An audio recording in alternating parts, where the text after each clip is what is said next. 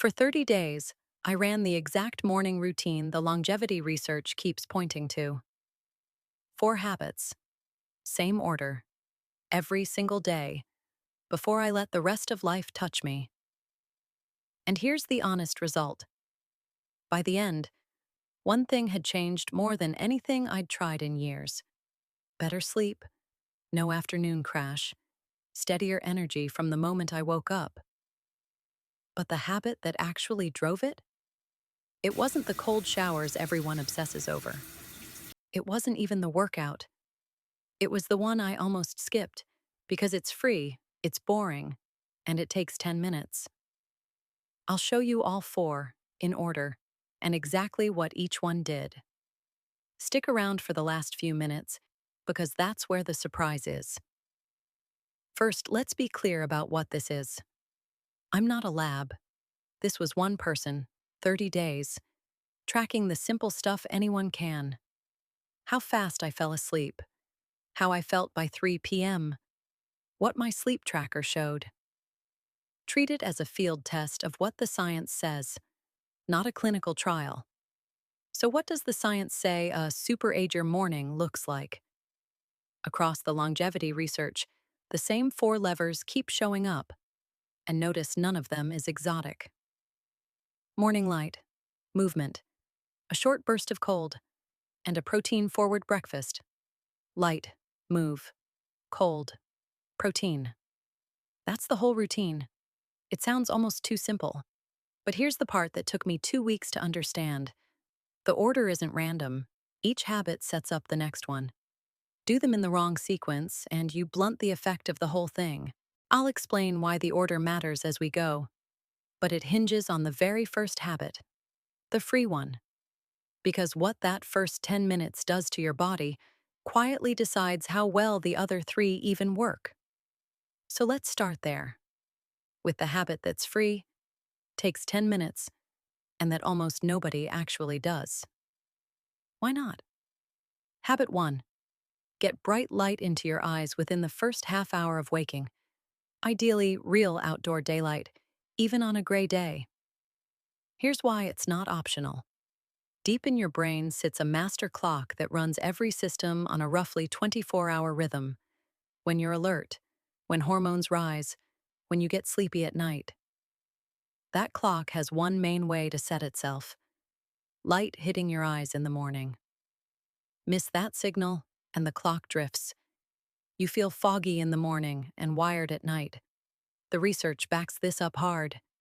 In a study led by Boubekri at the University of Illinois, office workers who got more natural morning light slept significantly better and scored higher on overall health than those stuck away from windows. Other work found that simply optimizing morning daylight had people sleeping over half an hour longer and performing far better on demanding mental tasks. So for 30 days, the first thing I did, before my phone, before coffee, was step outside for 10 minutes. Just stood there with my coffee, in the actual morning light. The effect snuck up on me. I wasn't lying awake at night anymore. I was getting tired at a sane hour, like a switch had been reset. But light on its own only sets the clock. To actually feel awake, the research says you pair it with one specific thing in those same morning minutes, and it's not a hard workout. Habit 2. Move your body in that same morning window, but gently. This is where people over 50 get it wrong in both directions. Some do nothing. Others throw themselves into something brutal and quit by week 2. What the longevity research actually rewards is the easy stuff done daily. A brisk 10 to 20-minute walk, some light mobility, maybe a few bodyweight movements to wake the muscles up. The goal in the morning isn't to exhaust yourself. It's to raise your body temperature, get blood moving, and reinforce that the day has started signal to your brain. And there's a quiet bonus. Walk outside, and you stack habit 2 on top of habit 1. You're getting your morning light and your movement in the same 10 minutes. That's the order paying off. One block of time, 2 of the 4 levers handled. By week 2, that morning walk stopped being a task. It became the part of the day I protected. Phone in my pocket, light in my eyes, legs moving. I'd come back in and feel genuinely switched on.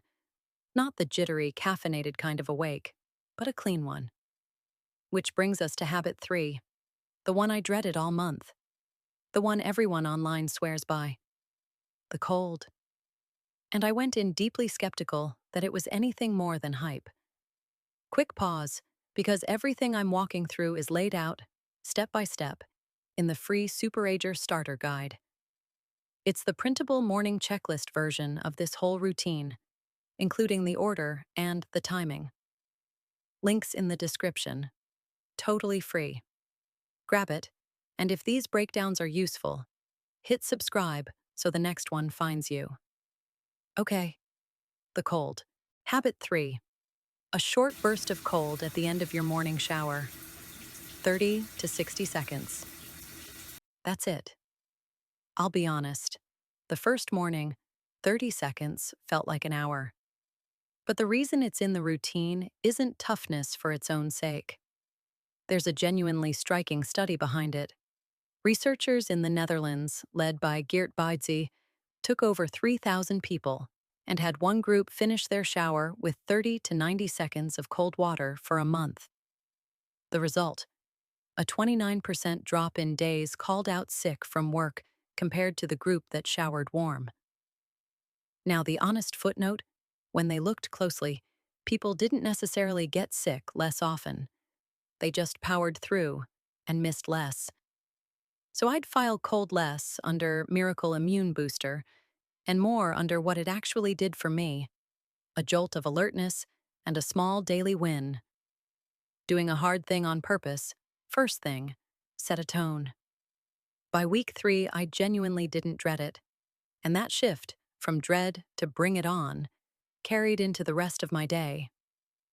So, a real measured benefit, a sharp wake-up, and a daily rep in doing uncomfortable things on command. Worth keeping, just not the headline I expected, because the habit that quietly fixed the one problem none of the others touched? It was the most boring one on the list, the fourth one. And it's the one most people over 50 get completely wrong.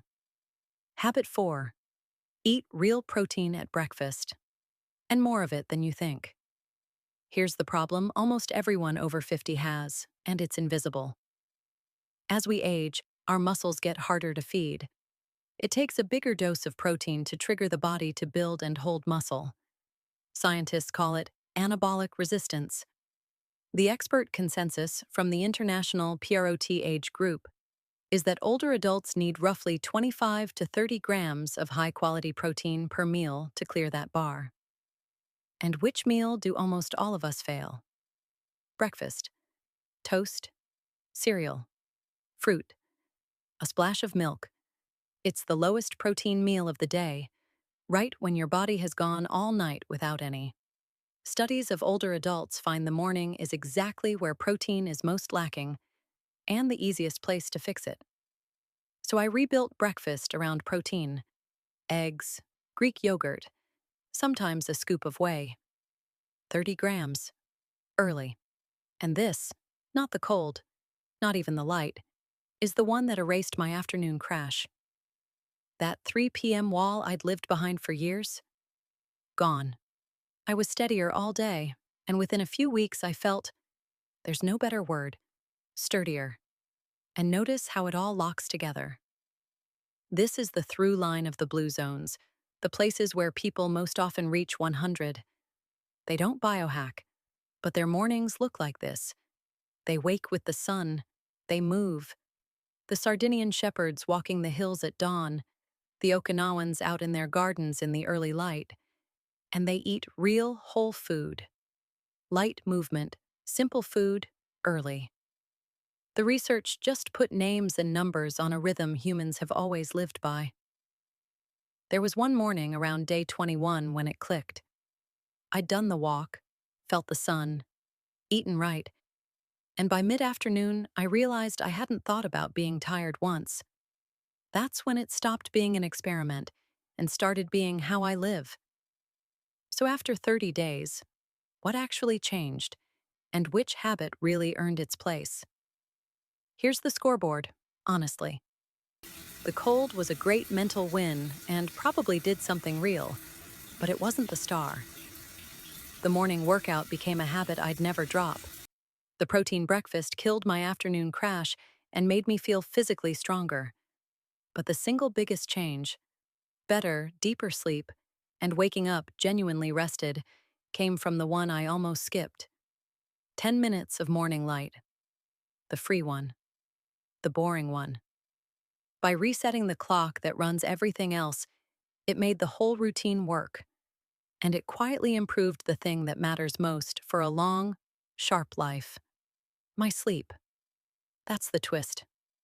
We reach for the dramatic, expensive, uncomfortable fix, and the lever that moved the most cost nothing and asked for 10 minutes of standing outside.